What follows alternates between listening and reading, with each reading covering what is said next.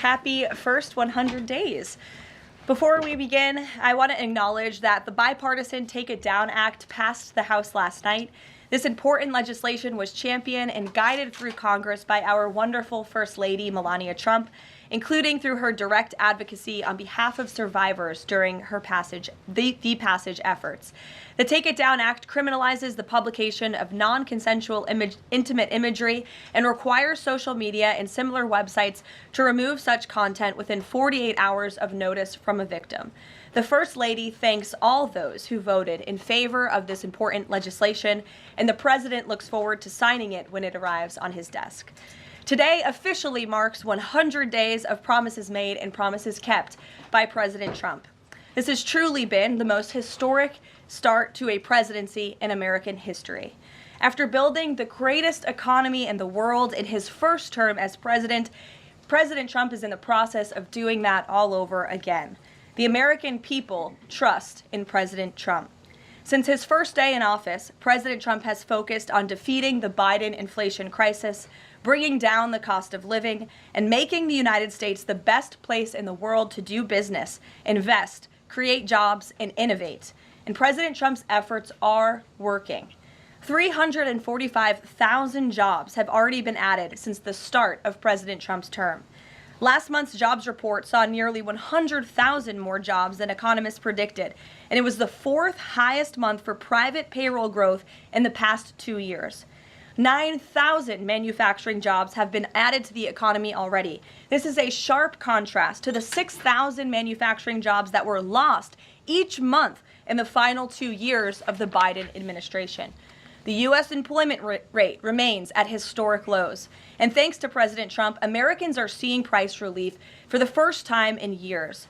The last inflation report showed the first consumer price decline since the COVID pandemic, a decrease in energy prices, and real average hourly wage growth. President Trump is delivering on his promises to lower costs for American families and businesses. Prices across the board for everyday goods have seen declines since this president was inaugurated. From airfare to used motor vehicles to prescription drugs, prices are dropping. In fact, last month's drop in the price of prescription drugs was the largest ever recorded. And after Joe Biden botched the response to the bird flu, President Trump and Secretary Rawlings' aggressive plan have brought down wholesale egg prices more than 50% from Inauguration Day. President Trump ended Joe Biden's reckless war on American energy and fossil fuels and has restored American energy dominance. And Secretary Wright, Secretary Doug Burgum are working hard on that effort every single day. Oil and gas prices are now way down because of this bold approach. Gasoline prices down 7%. Energy prices are also down as well. The Department of Interior just announced a new offshore drilling policy that will boost oil production in the Gulf of America by 100,000 barrels per day. On the deregulation front, President Trump is committed to cutting senseless red tape, especially for America's small business owners who are the backbone of our economy. We know cutting regulation leads to lower costs and higher growth. The mass deregulation effort by this administration will help usher in the golden age of America, which is underway. Immediately upon taking office, President Trump blocked all of the unfinalized Biden-era rules, saving Americans more than $100 billion, or $2,100 per family of four over the next decade. And the president also launched a bold multi-agency effort to roll back existing federal regulations that drive up the cost of living on hardworking families. This effort is projected to yield significant cost savings in the coming months, including the EPA's rollback of tailpipe emission rules for light-duty and medium-duty vehicles and the Department of Transportation's latest corporate average fuel economy standards. These two efforts alone yield $755 billion in total savings, or more than $8,800 per family of four over the next decade. In total, the combined savings from all of these actions equal just over $935 billion, or nearly $11,000 in real savings per family of four per the coming decade. The press is not talking nearly enough about the positive impact of President Trump's deregulation campaign. And investments from the biggest companies and countries in the world are pouring in under this president. So far, total investment commitments under the Trump administration have reached more than $5 trillion. including $500 billion from Apple in U.S.-based manufacturing and training, $500 billion from NVIDIA in AI infrastructure, $100 billion from TSMC and U.S.-based chips manufacturing, and the $500 billion private investment by OpenAI, Oracle, and SoftBank in AI infrastructure as well. All of these investment commitments are estimated to generate at least 451,000 new high-paying jobs for American workers and families. At this point, President Trump has secured more investments in the United States of America in 100 days than Joe Biden did in 4 years. President Trump is America's businessman in chief, and that's why these trillions of dollars in investments are flooding to our country. The business community is bullish on America because President Trump is back in charge. Tomorrow, the president will host CEOs and leaders from several companies that have made these investments to tout their historic commitments to our country and encourage others to follow suit. Under President Trump, there has never been a better time to invest in America. And the president finally said enough is enough and refused to allow America and our workers to be ripped off any longer on trade. President Trump implemented powerful tariffs to end the era of economic surrender and to rebalance America's trading agreements. More than 100 countries have already come to the table looking to offer more favorable terms for America and our people. There has never been a president who has created his own leverage like this president, and we are just getting started. Republicans in Congress are getting very close to passing President Trump's one big, beautiful bill, which will include the largest tax cuts in American history, strong border security measures, major military advancements, dramatic deregulation, and common sense spending reforms. As President Trump has said before, the best is yet to come. For more on President Trump's economic successes so far and the plans ahead, I want to pass it off to our incredible Treasury Secretary Scott Bessent, who is here today, and we will open it up to questions. In our new media seat, we have Brendan Peterson, the financial services reporter for Punchbowl News. Punchbowl News covers power, people, and politics based in Washington, D.C., laser focus on Capitol Hill, the politics of legislating, founded in 2021, and it is the first newsletter that Capitol Hill and the White House reads every morning in the middle of the day and throughout the evening. Thanks for being here with us, and we'll start with you today. Thanks so much for being here. I have a question for Secretary Bessent. On tariffs, the president said over the weekend that we are hoping that maybe tariff revenues could replace income tax. But we also keep hearing about the deals that the administration is pursuing. So my question is, what is the White House's ultimate objective here? Do you want to have long-term tariff revenue or deals that might reduce those tariffs? I think it's a combination of both. So we're going to take in long-term tariff revenue. We put a process in place. We have 18 important trading relationships. We will be speaking to all of those partners, or at least 17 of them, over the next few weeks. Many of them have already come to Washington. What President Trump is referring to is the ability for tariff revenue to give income tax relief. And I think there's a very good chance that we will see this in the upcoming tax bill. The president campaigned on no tax on tips, no tax on Social Security, no tax on overtime, and the restoring interest deductibility for autos, for American-made autos. So tariff income could be used for tax relief on all of those immediately. So you think that there is a role for significant tariff revenue in U.S. fiscal policy? I think that it is something that got put away a long time ago, and I think that tariffs will bring back American manufacturing and generate substantial revenues. On manufacturing, we've seen some pretty grisly surveys this month from the Philly Fed, which saw the biggest drop since May of 2020, and the Dallas Fed, similar plunging outlook, poor shipping orders. What are American manufacturers not understanding about your push for onshoring in the U.S.? Well, I think I was in the investment business 35 years, and I learned to ignore the survey data and look at the actual data, and the actual data has been quite good. The job data is good. Americans keep spending, and as Karoline said, we have these incredible commitments to bring manufacturing back on shore with record investment by domestic corporations and foreigners who want to come into the U.S. Thank you so much, Karoline. Thank you, Mr. Secretary.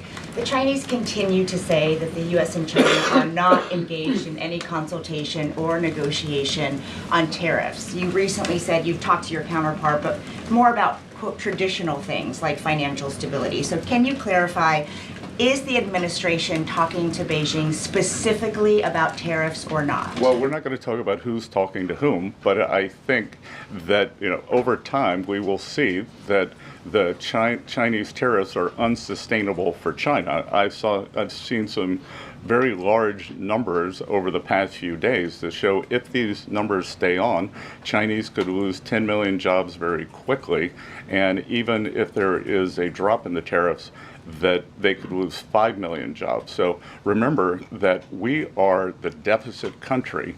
They sell almost 5 times more goods to us than we sell to them. So the onus will be on them to take off these tariffs. They're unsustainable for them. And they are saying you guys are not talking about it. So is that true? Look, they have a different form of government. They're playing to a different audience. So I'm not going to get into the nitty-gritty again of who's talking to whom. But as I said, I believe for the Chinese, these tariffs are unsustainable. And very quickly, 2 days ago, you said you didn't know if President Trump had spoken to Xi Jinping. Do you know now? Again, I would say Karoline and I have a lot of jobs around the White House. Running the switchboard isn't one of them. Bloomberg, go ahead. Secretary Bessent, thank you so much for being here this morning. You've talked about the importance of giving investors certainty when it comes to the market, yet the Trump administration is continuing to negotiate several complex trade deals in a very sort of compressed time frame.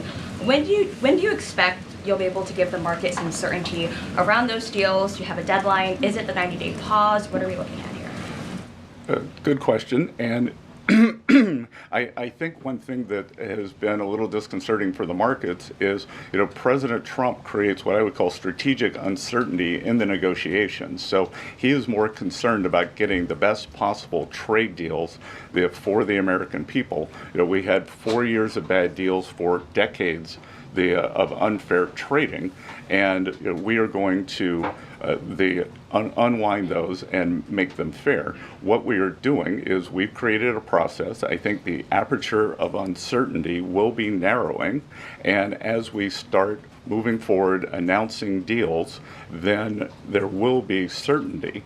But certainty is not necessarily a good thing in negotiating. Mr. Secretary, last night there were reports on the administration sort of walking back a little bit on the auto tariffs. Can you sort of just elaborate on that decision there and what we can expect going forward, and why sort of the shift in those auto tariffs? Well, President Trump has had meetings with both domestic and foreign auto producers, and he's committed to bringing back auto production to the U.S.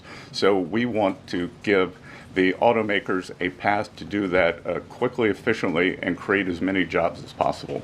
Jasmine.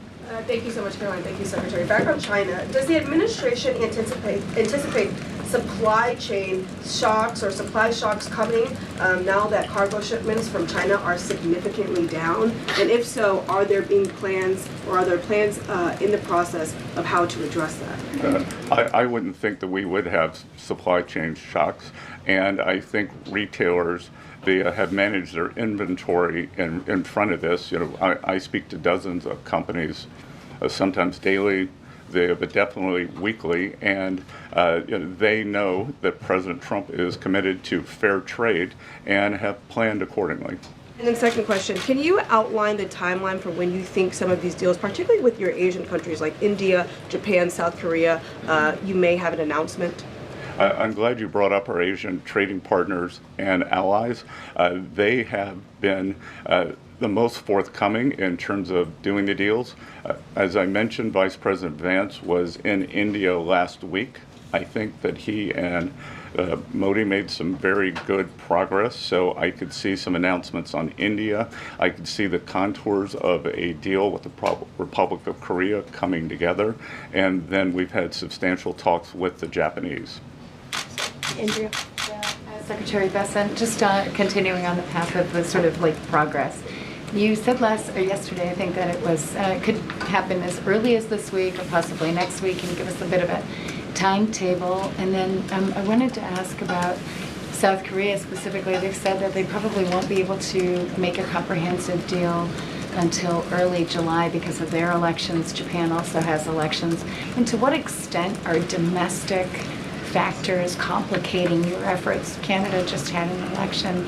You know, are you seeing that you might have to think about delaying the 90 days? Well, I would actually take the opposite tact, that I think from our talks that these governments actually want to have the framework of a trade deal done before they go into elections to show that they have successfully negotiated with the United States. So we are finding that they are actually much more keen to come to the table, get this done, and then go home and campaign on it. Sean? I'm sorry, did you have a comment on whether something could happen this week or next week? For a deal. So, you know, you said yesterday. Again, I think that we are very close on India. And in India, just a little inside baseball, India, in a funny way, is easier to negotiate with than many other countries because they have very high tariffs and lots of tariffs.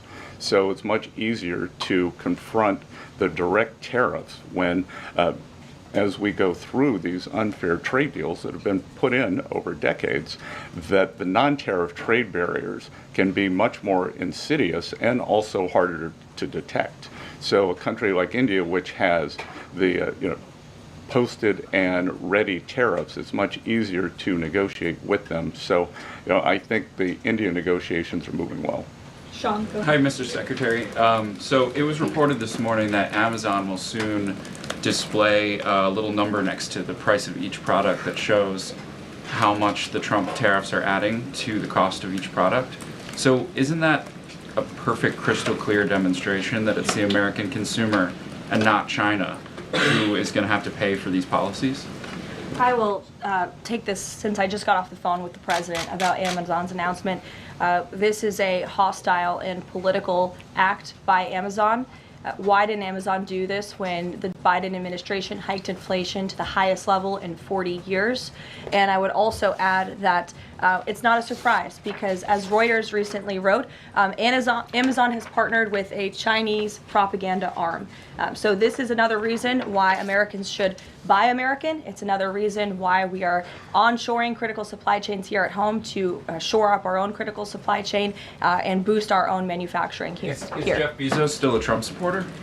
Look, I will not speak to the president's relationships with Jeff Bezos, but I will tell you that this is certainly a hostile and political action by Amazon. And Secretary, if you have anything to add. Yeah, I would also add that the bringing down the terrible Biden inflation has been a priority for the first 100 days of the Trump administration, and President Trump has done a great job of leading that since January 20th. Interest rates, mortgage rates are down, gasoline and energy prices are down. We're expecting the further decreases. And as Karoline said, the big tax on consumers that goes unnoticed is deregulation or regulation, and we are deregulating and bringing that down. So, from a household income point of view, we would expect real purchasing increases. We've seen them over the first 100 days, and we would expect that to accelerate. We are doing peace deals, trade deals, tax deals, and deregulating. And the deregulation is a longer lead time, but I think by the third and fourth quarters, that's really going to kick in. Kelly, go ahead. Thank you, Caroline. A question for you and Secretary Bessent. We talk a lot about volatility and uncertainty in the marketplace, and the president has stated all along that he's more concerned about mainstream America, the American worker. You just talked about deregulation and this entire fair trade and reciprocals. What is your message to the American people in terms of letting them get through this disturbance and the outcome being greater and a greater good for the American worker, the American people, the American families? I would say trust in President Trump. There's a reason he was reelected to this office. It's because of the historic success of his economic formula in the first term. And as I laid out at the beginning of the briefing and the Secretary has talked about and the President talks about every day, there's a proven formula that works. massive deregulation, energy independence, and tax cuts, which are coming. And the Secretary is working very hard on that with our counterparts on Capitol Hill. If you want to talk about that, that's a huge deal to put more money back into the pockets of hardworking Americans. As for the fair trade deals the president is trying to negotiate, he's not just righting the wrong of the mess that he inherited from the past 4 years of the Biden administration. This is a mess that has been created for the past 4 decades that has sold out the middle class, that has moved jobs overseas. You think about our heartland, middle America, what towns used to look like, what they look like today. President Trump wants to restore the golden age, and it's a process to do that. And that process is underway, but he's put together a fantastic trade team. Secretary Bessent, Secretary Lutnick, Jamieson Greer, all working incredibly hard on this effort 24/7. But tax cuts are coming, and that's key. And Mr. Secretary, why don't you talk a little bit about that? Yep. So it's really a three-legged stool in the economic policy. It's trade, it's tax, and it's deregulation. So we are in the midst of addressing, as Karoline said, these long-term trade imbalances. The tax bill is going much better than I would have thought when I took office on January 28th, and that's through President Trump's leadership. That Speaker Johnson, Leader Thune are united. Speaker Johnson, we had a very good meeting yesterday with somebody called the Big Six, NEC Director Kevin Hassett, myself, Speaker Johnson, Leader Thune, Committee Chairman Jason Smith, and Senator Crapo. And the tax bill is moving forward. It is going to give permanence to the 2017 Tax Cuts and Job Act, which will, back to the question on certainty, it will give American business certainty, it will give American people certainty, and then President Trump is also adding the things for working Americans that is talked about earlier: no tax on tips, no tax on overtime, no tax on Social Security, making auto payments deductible. So that will substantially address the affordability crisis. And the other thing that I would note, and back to data, is that the Vanguard, one of the largest money management firms in America, said that over the past 100 days, 97% of Americans haven't done a trade. And in fact, individual investors have held tight while institutional investors have panicked. So individual investors trust,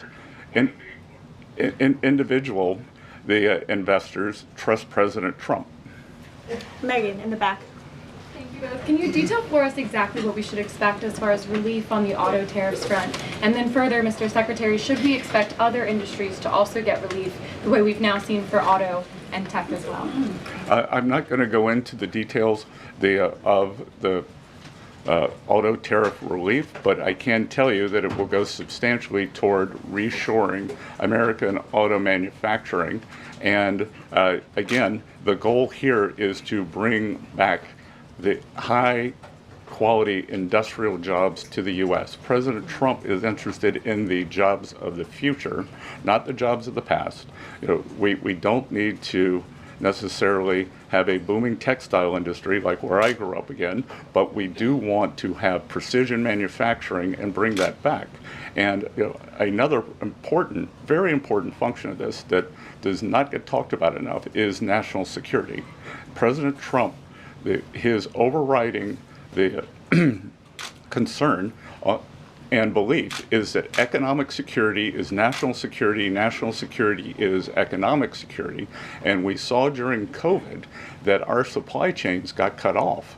And we need to bring back a lot of those supply chains, whether it's in semiconductors, medicines, the steel, and we have to onshore those. So it's a combination of making trade free and fair and remedying this gaping national security hole that he was left with. If I could on China. I would just add, Megan, the president will sign the executive order on auto tariffs later today, and we will release it as we always do. Go ahead. Secretary, any updates on the negotiation with the European Union, and is it hard to negotiate with the European Union? Pardon? Do you have any updates on the negotiation with the European Union? I'm more involved in the Asian negotiations.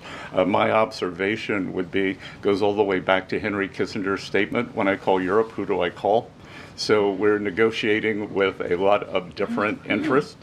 Some of the European countries have put on an unfair digital service tax on our big internet provider. France and Italy, other countries, Germany and Poland, don't have that. So we want to see that unfair tax of one of America's great industries removed. So it's going to be a give and take. So they have some internal matters to decide before they can engage in an external negotiation. Edward. Yeah, thanks, Karoline. Mr. Secretary, so contacts I have in the business community say that they're basically frozen for long-term investment because of the uncertainty around tariffs. How long do you think President Trump has to make a deal before there's damage to the economy? Look, I think that what we're seeing is that business leaders, they've gone into a pause, and I think we're going to give them great certainty on this tax bill. And I think over the next couple of weeks, as I said, we have 18 important trading relationships. We'll put China to the side. 17 they are in motion. And then, as I said yesterday, I think there's a very good chance we're going to get this tax bill done. And the tax bill is going to be very powerful for domestic U.S. investment. So what we are going to do, one of the most powerful parts of President Trump's 2017 tax bill was full expensing of equipment. We are going to make that, as President Trump said in his speech to Congress, that will be retroactive to January 20th. The other thing that we are looking to add is full expensing for factories. So bring your factory back. You can fully expense the equipment and the building. We will couple that with deregulation, cheap energy, and regulatory certainty, and that will continue to make the U.S. the greatest destination for domestic and foreign investment. And the president, well, if I could follow, just the president said that world leaders would like to meet with him in Rome, in Vatican City, about trade. Other than President Zelensky, who did the president meet with, and about trade, and when could we get some of those deals? The president met with President Zelensky, as you know, which we talked about, and the president continues to be engaged with his fellow leaders around the world in the European Union. You've seen many of them visit the White House. I want to harp on, in closing, the point the Secretary just made. On the campaign trail, the president promised the American public that he was going to make America the best country in the world to do business again. The lowest taxes, lowest regulation, lowest energy costs of anywhere in the world. And if you do business in the United States, you won't pay a tariff, you won't pay a price. That's not just good for companies around the world, but it's good for the American worker. That's what this team is focused so hard on every day. We have work to do. The golden age of America is underway. But as I pointed out in the beginning, there's a lot of reason for the American consumer, the American CEO, the American small business owner to be confident and optimistic about this president and where we're headed. So you will hear more from the president himself later this evening. He is traveling to Michigan, as you all know. He'll make a stop at the Air Force Base with Governor Whitmer, and then we will head to a rally tonight where you'll hear more from him directly. So we'll see you in Michigan. Thank you, guys.